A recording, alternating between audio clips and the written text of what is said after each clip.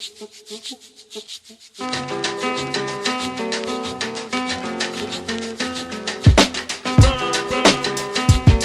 Sunday. This is Bobby and JJ Radio. We have a good friend of ours, Mr. Amir Samandi. He's with the Summer of Service, or you can also call him SOS. Thanks for hanging out with us today. Thanks for having me. So for all of us that are not that familiar with SOS, talk about it a little bit. Yeah, so Summer of Service, basically we build citizenship in young people through community service here in San Antonio year-round, and then travel abroad in the summer. And so the idea is kids do 15 hours minimum of service. If they do that, they qualify to go on an experiential learning trip abroad with us, or a service learning trip, or our student ambassador program trips. So what are those 15 hours? What do they do? Yeah, so it can... You're too old, Bob. I was just going to say, man, Bobby's trying to jump on board. Oh, yeah, no. I got a free trip to Europe out of this. Yeah. Well, I wouldn't say free, but no.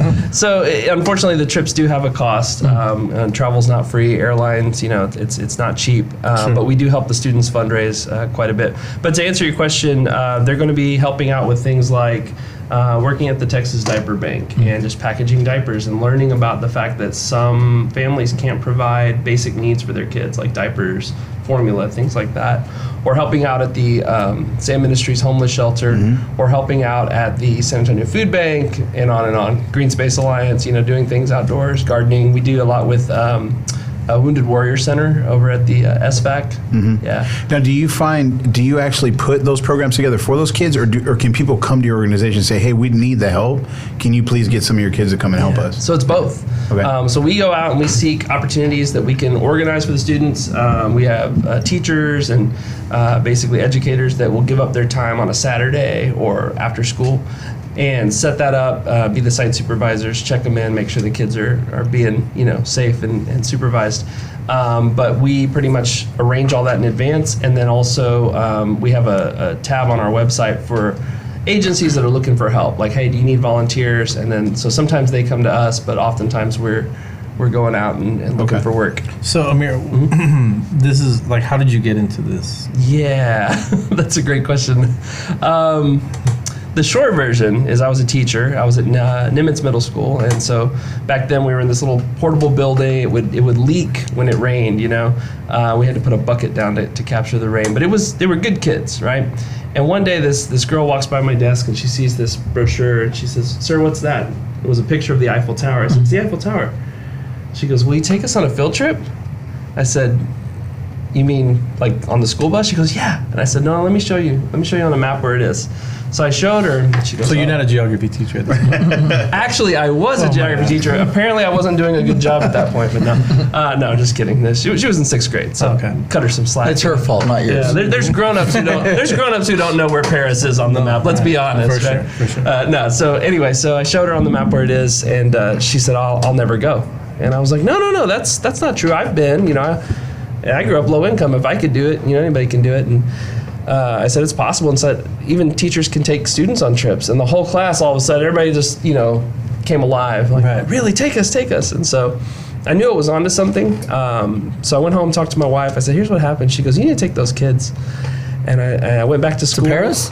Yeah, crazy, right? I went back but we did it. Yeah, twice. And so that little girl went to Paris with you. So sadly, she has not gone yet. I've been talking to the parents. I'm like, we got to make this happen. But they're, some parents are just, a little more protective. Yeah. And so part of what we do is try to dispel the myths about foreign travel, that it's somehow less safe than, bad things happen here too, So I'd rather send my son to Paris with you than Detroit. Yeah. For many reasons, but yeah, the Pistons suck. Yeah, they're not good. But so then you create this then, like, so is it like, talk about the actual community involvement, because I know that the actual travel is the carrot. It's the draw. Yeah. But talk about how fundamentally important you feel that community involvement is for people of that age. Yeah, so I actually think it's a little. I want to talk about the draw and the community involvement, because it is both. I grew up in Texas, like I said, 8th generation Latino on my mom's side. In fact, my ancestors helped settle Texas, right, from Spain, I guess you'd say. And the idea of leaving Texas was always so foreign. Like, well, why would I leave? This is great. I love it here. Why would I ever go anywhere? And I went to St. Mary's. My first trip abroad was to London, and it just completely opened my eyes and changed my view of myself, but also where I'm from. It made me more proud of where I'm from. It made me more proud of my heritage. Sure. But I also looked around, and I didn't see a lot of people like us. There weren't a lot of Texans. There weren't a lot of Latinos, both in D.C. and I worked at the State Department for a while. Same thing, Not a lot of people like us. So I was like, I want to go back to San Antonio and do something to help the community, right? Sure. Start something up that's going to get more of us connected. And it's really hard to start a nonprofit. Well, I bet. So the idea was there for many years, but it wasn't until the student asked the question that I was able to really put it into practice. And Right. started a GoFundMe, raised $2,000 to get the filings done and help hired a lawyer and an accountant to get everything all set up because I didn't know what I was doing. I had to hire somebody. Sure. And we got it going. We got the 501c3 a few months later, and then from there, it was just like, let's get out and let's just do the work. Let's just start helping. Who needs help? We're here to help. We want to do good. Sure. Right? And as you do that, you'd be surprised. People kind of resonate with that. And they say, oh, yeah, we want to help you. Or have you tried going to these folks? They need help or they need volunteers. And then it's like anything else, right? In business or anything else you do, it's about relationships. Yeah. It's about showing up when you're supposed to show up, doing a great job, right? So that they call you back and say, hey, we want you to come out again. So how do you get funded and how can people get involved? Yeah, so we're an all-volunteer organization at this point. I'm an unpaid executive director for the work that I do, and we have 23, check this out, 23 amazing people who've given up their time and worked for SOS for free. Wow. Right? Yeah. We have a volunteer manager who kind of handles all that outreach and scheduling, and we just got this new portal, which we had to pay for, but we've won some small grants to do some of that. Sure. We've won some funding from Silver and Black with the Spurs, about 3 grants this year to do service projects. Where we really struggle is, raising money on the foreign travel, right? Because a lot of people they're like, well, I've never been to Paris. I don't want to help this person go to Paris if I haven't been. And unfortunately, we got to change that mentality because even if we can't go, how much ahead can a student be if they've had that experience? For sure. How could $4,000 for a trip turn into $400,000 in scholarships for a student and change their life? Yeah, for sure. And they come back and make San Antonio better, and that's the vision.